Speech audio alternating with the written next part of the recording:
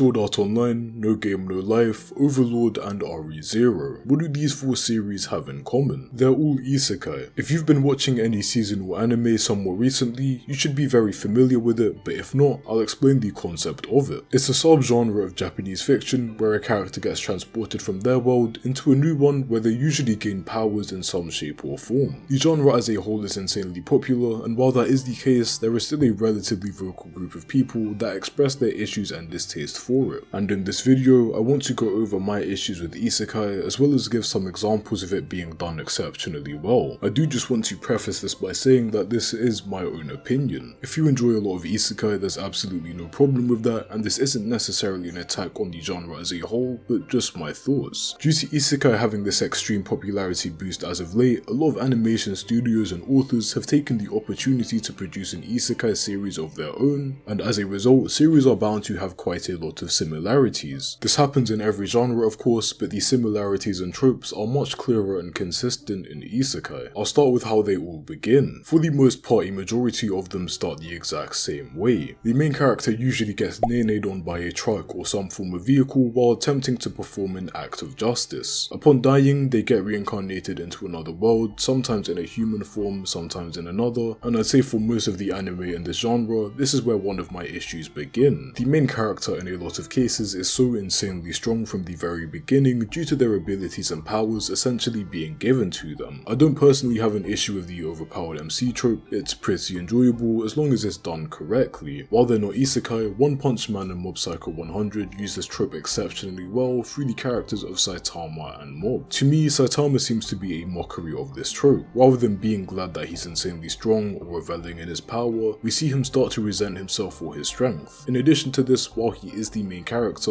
we do get a lot of focus on the fights and development of other characters in the series. In the case of Mob, while his strength is overwhelming, we constantly see throughout the series that, ironically enough, he's a fairly mentally weak character that grows throughout the series to depend on his friends, and he usually refrains from using his strength unless absolutely necessary. His flaws as a person balance his strength out, and he's not depicted as a completely perfect character with 0 flaws, which is the type of character a lot of isekai MCs are. Which leads me into my next point, the main characters themselves. They have the exact same player builds, look criminally similar, and for the most part act the exact same way. Obviously there's only so much you can do to make characters individual, especially when there are so many series in the genre, but when I say I've never seen such a large group of main characters be pretty much copy and paste, I mean it. Some of them do stand out more than others visually, which draws me in at first, but then they have the exact same mannerisms, reactions and interactions as every other single isekai MC. And it doesn't help that world building is practically non-existent a lot of the time. Because of the nature in which MCs get their powers, we don't get a backstory on how they got them, or a training arc where they'd be able to explore the world and face hardships and challenges. There are isekai with great world building, so it's not like the genre prevents it, but it seems like it's just easier to skip the concept of it from a narrative perspective. The ability to place your main character into another fantasy world gives you so many options. An urban setting, a military setting, a steampunk setting, a futuristic setting, but most series settle for a standard medieval setting or an RPG one, in which the only method to get powerful is through leveling up. Aspects that make a character not only mentally but physically strong, like traumatic events or being pushed to their absolute limits, are basically marginalized as a result. The importance of loss is also diminished a lot because the MC likely has an ability to revive their friends. Instead of building up characters and the setting, it feels like a lot of isekai instead opt to make the world bland, but the MC is able to stand out from all the other characters solely due to their overwhelming strength rather than their character traits. This issue is probably more personal, but the excessive amounts of fan service are a decent turn off for me. It feels like female characters are introduced for one sole reason and that's it. It's gotten to the point where if I see a female side character in an isekai, I'm conditioned to believe that they'll just become a part of the MC's harem. I do see the appeal of isekai though.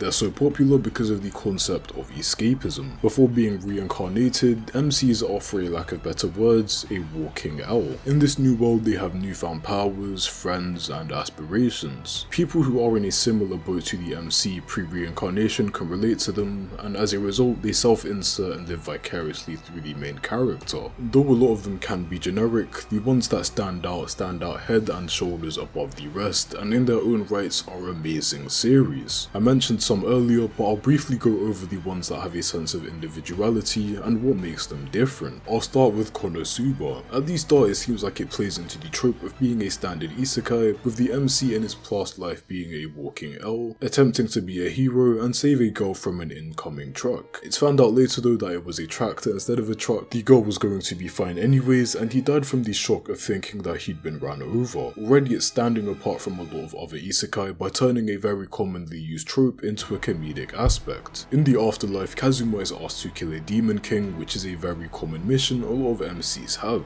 He's able to take anything with him on his journey, like an ability or a legendary weapon, but instead of taking one of the options he's been given, he does something completely unexpected and takes the goddess that is talking to him. It's at this point I realised that this series is just a subversion of common isekai tropes. It's refreshing, self-aware, and honestly pretty funny. It takes a lot of generic ideas and flips them on their heads completely. The setting and plot aren't particularly unique, it still has common aspects like guilds and missions, but what makes it so good are the characters. Aqua, Kazuma, Megumin, and Darkness have extremely distinct personalities and characteristics. The comedic moments and interactions that these characters have don't feel forced whatsoever and are completely different characters from what you'd stereotype them to be based on their appearance. Instead of being interested in the goal that Kazuma was supposed to achieve, I feel like most people instead find themselves invested in the characters and the absurd scenarios they place themselves in. Humor of course is subjective, but I think this hits the nail on the head if you're looking for a isekai that's different and funny. Rather than choosing a medieval town-like setting, the Saga of Tanya the Evil takes place in a morbid, militaristic Nazi period world. In their past life, Tanya used to be a man who lacked empathy and as a result was essentially killed and made reborn by God into a military setting in order to make Tanya have faith in him. A lot of the time in isekai, the experiences of the MC before they're reincarnated are completely forgotten, but in this series, Tanya's experience as an accountant gives her an unparalleled work ethic which quickly allows her to climb the rungs of the military ladder. She differs from other main characters in the fact that she's extremely morally grey. Rather than fighting due to her care of others, she does it for the sole purpose of survival and her goal of living a comfortable life by following rules to a T. The power system does have fantasy aspects within magic, but its combination with military equipment, while not necessarily new, is pretty refreshing to see. Despite Tanya being a prodigy, she still faces adversity, and as she's fighting against the will of God, you know that she's going to be facing constant challenges and actually has to think while utilizing her talents, which is a nice change from the genre standard. The last isekai that I want to touch on is Jobless Reincarnation, which I think would be a masterpiece without one certain aspect. Unlike a lot of other shows which thrust you into the world with a ton of exposition, Mushoku Tensei genuinely immerses you into its fantasy setting to try and make it seem like a real place. The attention to detail is absolutely phenomenal, as well as the animation itself and the sound design. The main character in their real life was a walking L who had been bullied relentlessly and died saving girls from a truck crash. We're shown throughout the story that he has extremely deep-rooted trauma as a result of his past life, and these traumas are brought forwards and made relevant during the story. A lot of isekai tend to skip to the point where the MC is near their strongest state, but Rudius' story starts from when he's a baby, and like Tanya, although he's a prodigy, he's nowhere near the strongest in the series, and this is made very clear through fights and interactions with other strong characters. Because we get to see Rudius grow up, we also get to see the world around him being built up slowly, and we get to see the development of the people close to him. Each character feels like they have goals and a purpose, and it's nice to see them work towards them, sometimes in pretty unconventional ways. The only thing holding it back from being a masterpiece is the way that it handles romance. Psychologically, Rudius is around 30 years old, and the way he interacts with the opposite gender, regardless of age by the way, is off-putting to say the least. Like I said earlier, there are quite a few good isekai, but because the genre allows and at times seems like it encourages lazy writing and little to no world building, there are quite a lot of subpar series. If you haven't tried any of them out yet, I definitely recommend checking out some of the aforementioned series.